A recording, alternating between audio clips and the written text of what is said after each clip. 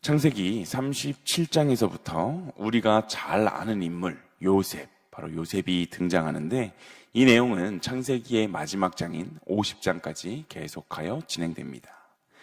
야곱이 외삼촌 라반의 집에 있을 때 사랑하는 아내였던 그 라헬에게서 태어난 요셉은 이제 17세가 되었는데, 오늘 읽지는 않았지만 앞선 37장 3절에 보면 야곱은 라헬에게서 낳았던 그 요셉과 베냐민을 다른 아들들보다 더 사랑했음을 우리는 보게 됩니다. 그 중에서도 특히 요셉만을 위해서 귀한 채색 옷을 지어줄 정도로 그를 특별하게 편애하였는데, 이러한 야곱의 편애로 인해서 그 가정의 불화는 시작되게 됩니다.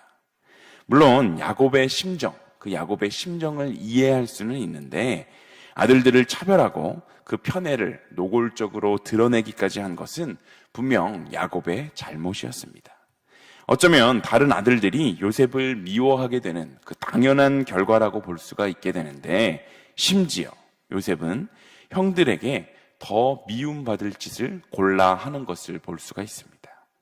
하나님께서 꾸게 하신 두 번의 꿈을 아무 생각 없이 형들에게 이야기를 하고 만 것인데, 그 꿈의 내용들이 형들의 마음을 자극하기에 충분했기 때문입니다.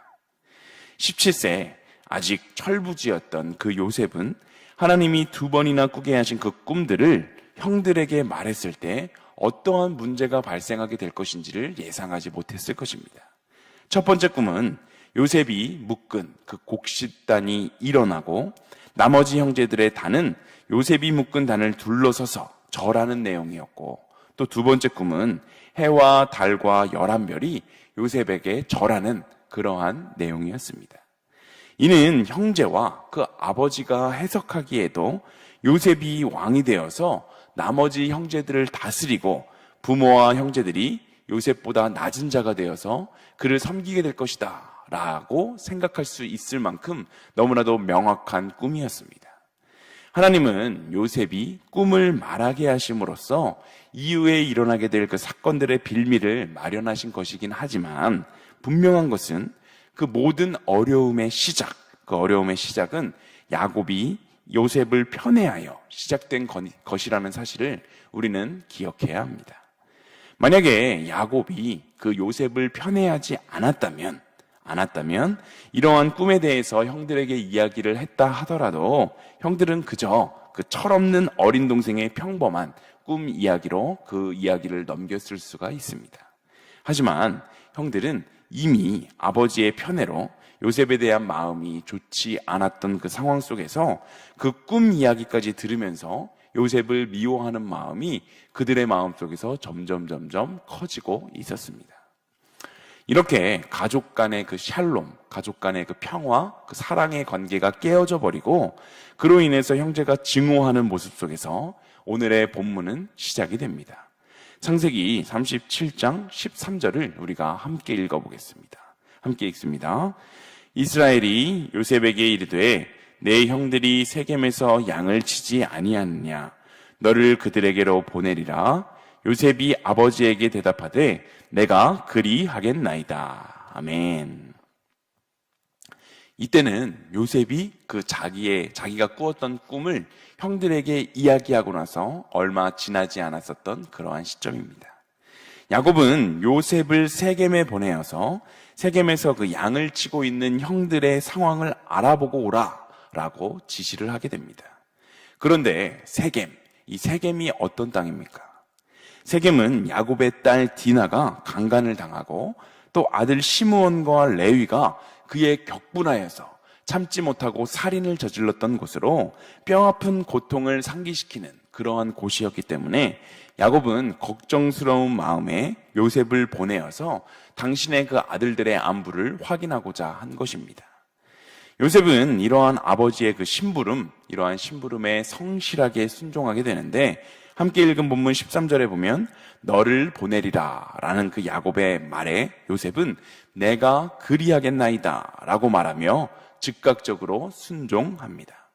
사실 요셉이 있었던 그 헤브론 골짜기에서 이 세겜까지, 여기까지는 약 80km 이상의 거리였기 때문에 혼자서 그 길을 걸어가는 것 물론 쉽지 않았을 것임에도 불구하고 그 아버지의 명령에 즉각적인 순종을 하는 그 요셉의 모습을 통해서 요셉은 자신의 평화보다, 자신의 안위보다 그 아버지와 형제들, 즉 가정의 그 평화를 위해서 더 마음을 크게 쓰고 있었음을 우리는 보게 됩니다. 그렇게 요셉은 며칠 길을 걸어서 그 세겜 땅에 드디어 도착하게 되는데 그곳에는 형들이 없었습니다. 그러다가 우연히 만난 어떤 사람들에게 그 형들의 행방을 물어서 지친 몸을 이끌고 조금 더 멀리 형들을 향해 나아가게 되는데 본문 18절에 보면 요셉의 형들은 평안을 확인하기 위해서 자신들을 찾아온 그 요셉을 죽이기로 모의하는 모습을 우리에게 보여줍니다. 사실 오늘 이 본문은 우리가 너무나 많이 듣고 많이 배웠었던 또 많이 읽었었던 본문이기 때문에 그냥 그랬나 보다 하면서 넘어갈 수가 있는데 이 본문을 곱씹어서 생각해 보면 어떻게 하나님께서 특별히 택하셨던 그 가정에서 이렇게 잔인하게 그 동생을 죽여버리자라는 이야기를 할 수 있을까라는 생각을 하게 됩니다.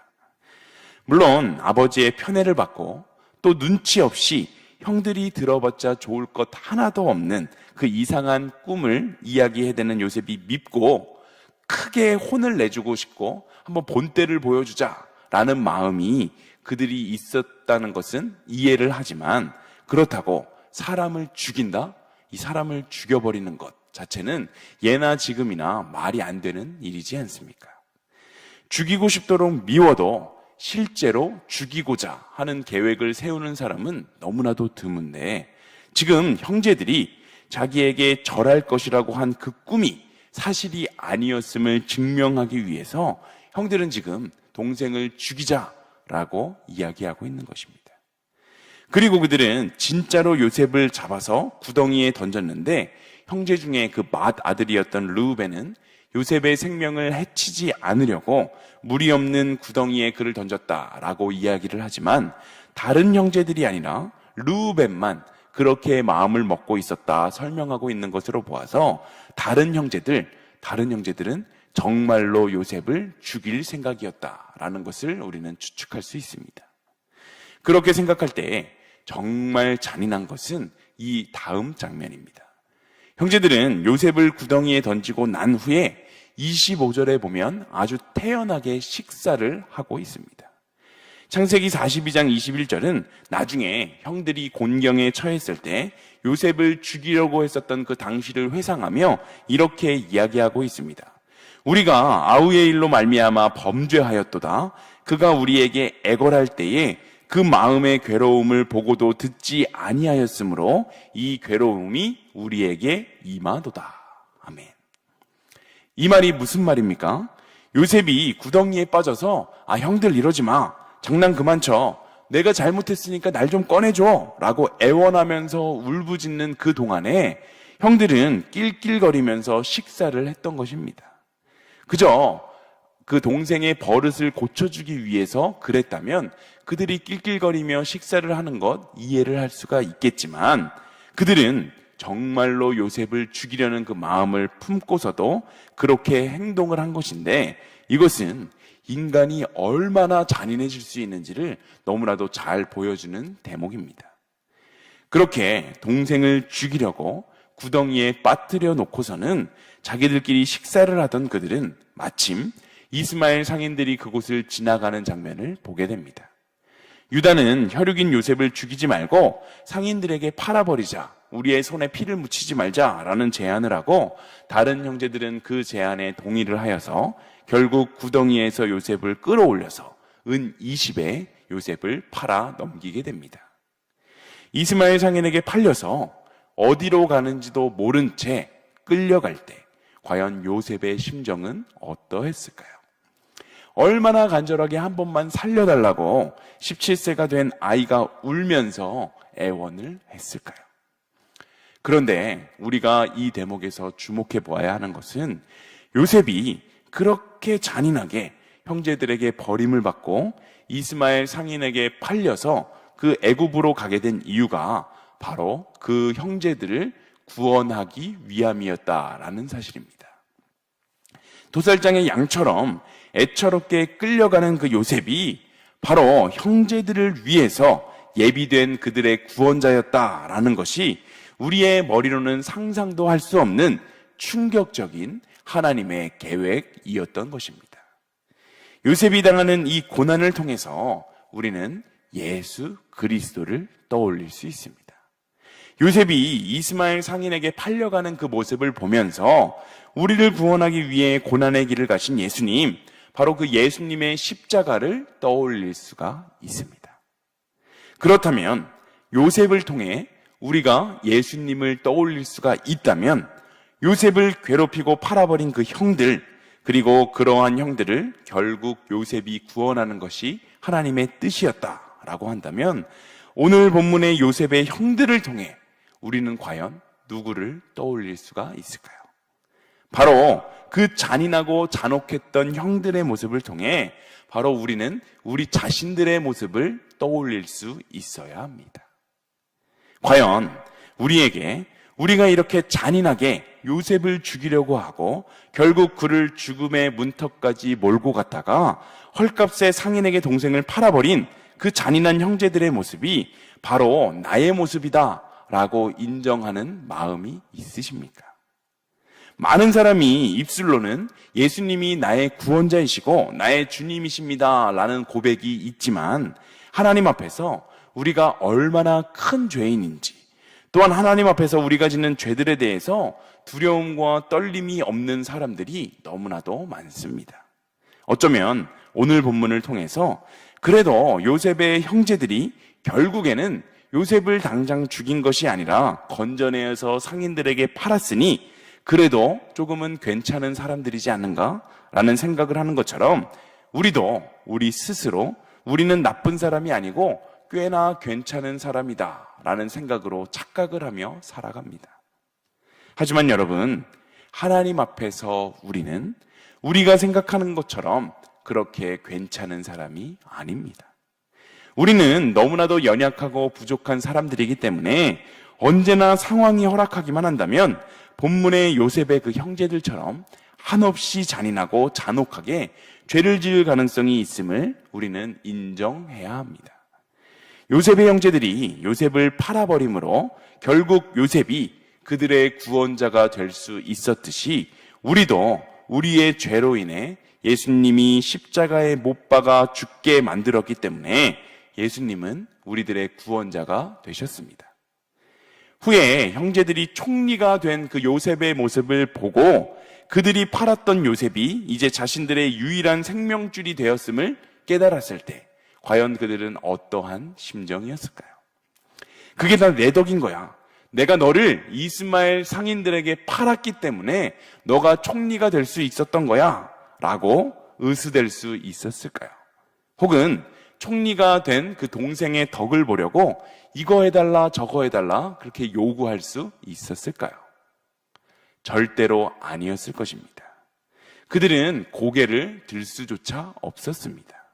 죄로 인한 수치심과 죄로 인한 그 두려움이 너무나도 가득해서 그들은 정신을 제대로 차릴 수조차 없었습니다.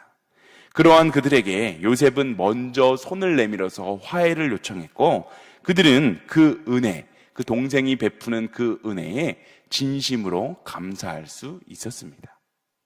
이것은 요셉과 그 형제들만의 이야기가 아닙니다. 요셉과 형들의 그 같은 잔혹한 죄인인 우리는 오늘도 하나님의 그 위대한 사랑 앞에 서 있습니다. 물론 분명한 것은 하나님께서는 우리가 하나님 앞에 설 때마다 요셉의 형들처럼 그 과거의 죄를 떠올리면서 죄책감에 주눅들기 원하지 않는 분이라는 사실인데 오히려 다 잊고 자유를 누리기 원하시는 분이 우리가 믿고 따르는 그 하나님이신데 하지만 그렇다고 해서 우리는 하나님께서 우리에게 베풀어 주신 그 은혜를 결코 가볍게 여겨서는 안 됩니다. 하나님 앞에서 우리가 죄인임을 인정하는 것 말고는 우리가 하나님 앞에서 할 수 있는 행동은 아무것도 없습니다. 우리가 반드시 기억해야 하는 것은 하나님께서 절대로 우리를 버리지 않으시고 끝까지 우리와 함께 하심은 하나님이기 때문에 당연한 것도 아니고 우리가 그러한 사랑을 받을 만큼 괜찮은 사람이기 때문도 아니라는 사실입니다. 우리는 죽을 수밖에 없는 죄인입니다. 그럼에도 하나님의 무조건적인 사랑으로 그 사죄함을 받은 은혜를 입은 사람들이 바로 우리들입니다. 오늘 본문의 요셉의 형제들에게서 보는 잔인함과 혐오스러운 그 죄성을 통해 나의 모습, 바로 우리의 모습을 발견할 수 있어야 한다는 것입니다. 그들이 그렇게 팔아버린 요셉을 그들의 구원자로 세우시는 하나님의 말도 안 되어 보이는 이 일이 우리가 바로 십자가에 달려 죽게 한 하나님의 아들이 우리의 구원자가 되는 그러한 말로 할 수 없는 하나님의 은혜를 선명하게, 아주 분명하게 보여주신다는 사실을 기억하며 오늘도 나의 의로움을 자랑하며 살아가는 삶이 아니라 매 순간 나는 죄인임을 인정하며 하나님의 무한한 사랑 앞에서 겸손하게 감사함으로 나아가는 일신교회 모든 성도님들이 다 되시기를 간절히 소망합니다.